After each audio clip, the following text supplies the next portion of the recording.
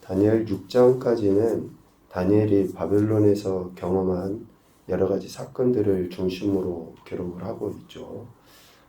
그러니까 실질적으로 다니엘이 직접적으로 이제 물론 꿈은 환상을 해주긴 했지만 그 주변 인물들을 통해서 경험되어진 것을 기록했다. 그러면 이제 7장부터는 다니엘이 하나님께로부터 직접 받은 꿈, 환상을 통해서 하나님께서 역사하실 것들을 지금 예언하고 있다라고 볼 수 있겠습니다. 다른 이들의 꿈을 해석해 주던 자가 이제 직접 자기가 꿈을 꾼 자가 된 것이죠. 하나님은 거룩한 신들의 영이 있는 자, 다니엘을 그렇게 칭했죠. 누가네살 왕이나 다니엘이 이렇게 꿈을 그러니까 해석해 줄 수 있을 만큼 성령의 사람이었다라는 거죠. 그러한 다니엘에게 꿈을 꾸게 하심으로 인해 앞으로 있을 인간사의 흥망성쇠에 대해서 하나님이 예언할 수 있도록 이렇게 꿈을 꾸게 하신 것이다 라는 것입니다. 특별히 오늘 7장 말씀은 다니엘이 꾼 꿈을 통해서 장차 심판의 주로 오실 이가 어떤 분이시며 또 하나님 나라를 대적하는 세력들이 어떻게 멸망을 당하게 될 것인가 라는 것에 대해서 이렇게 환상을 통해서 보여주십니다. 결국 아무리 악한 세력들이 강하다 할지라도 하나님 나라를 대적하는 세력이 무섭고 강력하다 할지라도 하나님의 심판은 결코 그들의 힘을 능가한다 라는 것을 이야기합니다. 전반부에 보면 8절까지 다니엘이 본 그런 꿈의 환상을 이야기하고 있습니다. 하늘에 네 바람이 큰 바다로 몰려 불더니 큰 짐승 넷이 바다에서 나왔는데 그 모양이 각각 달랐다 라고 2절 3절에 다니엘이 꿈에서 본 환상을 이야기합니다. 여기서 네 바람 그리고 큰 바다, 큰 짐승을 꿈을 통해서 보게 된 것이죠. 여기에서 네 바람 할 때 그러니까 사는 사방위를 나타냅니다. 사방위. 동서남북이죠. 그러니까 인간의 모든 역사를 전방위적으로 라고 표현할 수 있어요. 인간의 전 역사를 주관하려 하는 그런 하늘의 권세와 능력을 나타내죠. 그러니까 우리 인간의 모든 그 역사를 주관하려 하는 그러한 심판적인 의미가 담겨져 있습니다. 네 바람을 통해서. 그리고 또 큰 바다는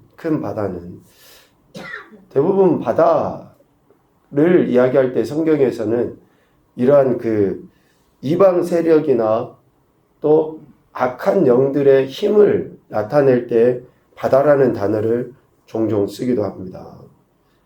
하나님을 대적하는 세상의 그 악한 세력을 상징을 한다 그래요. 그리고 또 하나 큰 짐승 넷을 이야기하죠. 큰 짐승 넷은 세상 역사를 좌지우지하려 하는 그러한 세력들, 지금 바벨론이나 또 이후에 메데나 바사, 그리고 헬라, 그리고 더 마지막에는 로마 제국, 이러한 그 세상의 악한 세력들, 제국들, 그런데 이런 세상의 악한 세력, 제국들은 결국은 신본주의가 아니라 인본주의를 상징하는 나라들입니다. 인본주의. 하나님의 뜻과는 반대되는 그러한 악한 세력들의 그 집합을 큰 짐승 넷으로 이야기합니다. 그런데 이 큰 짐승이 가지고 있는 본연의 성격이 뭡니까? 잔혹함, 무자비함, 포악함이죠. 그러니까 인본주의를 상징하는 이런 악한 세상 세력은 항상 잔악하고 폭력성이 있다라는 거예요. 하나님 나라와는 정반대죠. 저는 아침에 이 말씀을 다시 읽으면서 8절까지 이런 내 짐승에 대해서 이야기하잖아요. 그리고 9절, 10절, 또 11절 이렇게 10절까지 인자에 대해서 이야기하셔요. 근데 읽으면서도 어떤 마음이 듭니까? 큰 짐승에 대해서 읽을 때는 그 자체로 도저히 우리가 회개망측하다라고 표현할 정도의 그런 모습이지만 9절, 10절의 말씀 읽으면은 어때요? 그 자체로 평안하죠. 한번 봐보죠. 다니엘이 이렇게 꿈에서 본 그 환상은 하나님의 나라를 대적하는 세력이죠. 특별히 하나님의 백성을 혼란하게 만드는 세상의 강력하고 악한 힘을 상징합니다. 4절부터 7절까지 큰 네 짐승에 대해서 이야기하잖아요. 사자와 같은데 독수리의 날개가 있고, 또 둘째 짐승은 곰 같은데 몸 한쪽이 들려있고 그 입 사이에는 갈빗대가 물려져 있고, 또 셋째 짐승은 표범과 같은데 등에는 새의 날개 넷이 있고, 또 머리 넷이 있으며 권세를 받았다라고 하죠. 그리고 네 번째 짐승은 무섭고 놀라운 매우 강하고 새로 된 큰 이가 있고 뿔이 10개가 있고, 그러니까 좀 뭐라 그럴까요? 도저히 이 땅에 존재하는 짐승이 아니죠. 창세기로 넘어가 보면 하나님이 지은 피조물인 것처럼은 보이지만 어떻습니까? 온전히 변질되고 바뀌어진, 왜곡되어져 있는, 그러니까 그릇된, 제물로 따지면 가증한 하나의 모습이 아니잖아요. 정결하지 않은 그러한 짐승의 모습을 이야기합니다. 그래서 이 네 짐승의 공통점은 잔인하고 포악하다. 세상에서 보는 일반적인 동물과 비슷한 것 같지만 매우 다르고 회개하다 라는 거예요. 특별히 그 네 짐승, 네 번째 짐승은 뿔을 이야기하죠. 뿔은 권세를 상징합니다. 힘, 권세. 얼마나 그 짐승이 그 인본주의적인 세상의 제국이 포악하고 잔인한가 라는 것을 나타내 보여줍니다. 그런데 특히 네 번째 짐승이 이전의 짐승보다 막강한 힘을 가지고 있다라고 7절에 이야기하잖아요. 이런 막강한 힘을 가지고 이전의 짐승들을 집어삼켜버리고, 그러니까 마지막 때가 되어져 갈수록 더 강력하고 잔인하고 하는 그러한 행태들로 세상의 나라는 바뀌어져 가게 된다. 지금 이 시대 말이 그러죠. 마지막으로 갈수록 힘이 더 강해지고 더 포악해지는 그러한 이 세상의 모습이라고 할 수 있습니다. 그래서 하나님 나라를 적극적으로 방해하려 하는 그런 악의 세력으로 나타내 보여주죠. 그런데 하나님은 이러한 네 짐승에 대해 심판하실 것을 분명하게 말씀합니다. 9절부터 14절까지. 아무리 네 짐승의 그 포악과 또 악한 세력, 권세가 강력하게 나타난다 할지라도 하나님과 하나님께서 보내신 인자에 의해서 철저하게 심판받게 될 것을 분명하게 말씀합니다. 9절에 보면 내가 보니 왕자가 놓이고 옛적부터 항상 계시니가 좌정하셨는데 라고 이야기합니다. 여기서 옛적부터 항상 계시니는 9절에도 이야기하고 13절에도 이야기합니다. 바로 신적인 존재, 이미 틀림이 없죠. 우리의 표현으로 하면 메시아이신 예수 그리스도라고 할 수 있습니다. 그의 모습을 9절부터 10절까지 이렇게 표현합니다. 그의 옷은 희기가 눈 같다. 그의 머리털은 깨끗한 양의 털 같다. 그의 보좌는 불꽃이요 그의 바퀴는 타오르는 불이다. 그 앞에서 불이 강처럼 흘러나온다. 그를 섬기는 자는 천천히요 그 앞에 모셔선 자는 만만이다. 심판을 베푸는데 책들을 펴놓고 심판한다. 그러니까 무작위하게 자기의 감정대로 그렇게 하는 게 아니라는 거예요. 그러니까 내 짐승에 대해서 보았던 것하고 옛적부터 항상 계신 이에 대해서 서술해 놓은 것을 보면 너무나 차원이 다른 그런 모습으로 묘사되는 것이죠. 옛적부터 항상 계신 이가 그 짐승들의 권세를 빼앗을 것이다. 그런데 12절에 보면 그 생명은 보존하십니다. 보존하셔요.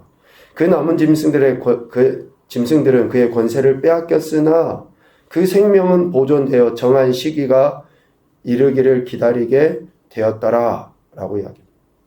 그 정한 시기, 마지막 예수 그리스도의 재림, 심판의 때를 상징을 하죠. 그때를 기다리게 하시는 거예요.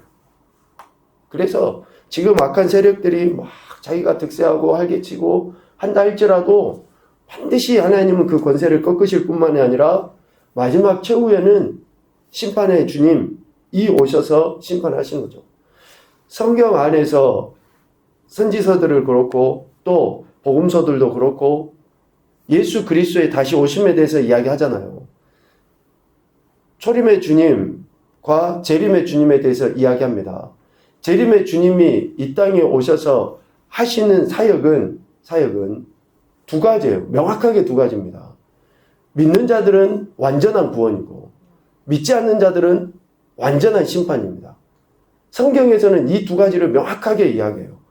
그래서 오늘 우리가 예수 그리스도를 믿으면 지금은 어쩌면 이런 악한 세력들에 의해서 우리가 구원도 못 받을 것 같고 또 저들이 영원토록 그냥 활개하며 영원토록 살 것 같지만 심판의 주님, 재림 주님이 오시면 반드시 믿음의 사람은 구원하시고 악의 세력들은 반드시 심판하시는 이 명확한 진리를 성경에서는 분명하게 이야기합니다.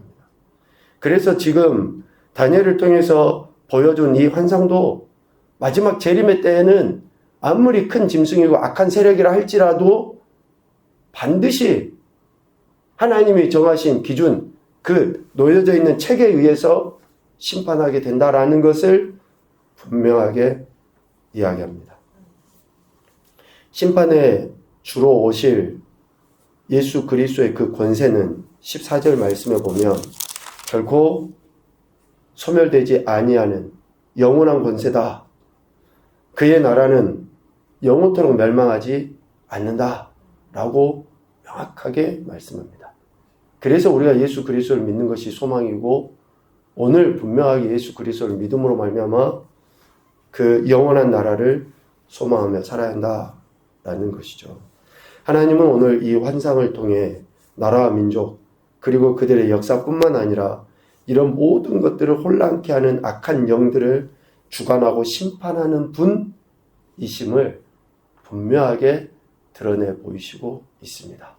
그래서 오늘 우리가 하나님을 믿는다, 예수를 믿는다라고 하는 것은 이런 악한 세력과 혼란한 세대 속에서 영원한 하나님 나라를 바라보며 흔들리지 아니하고 믿음으로 살아가야 한다라는 것을 다짐하고 결단하게 되는 믿음인 것입니다.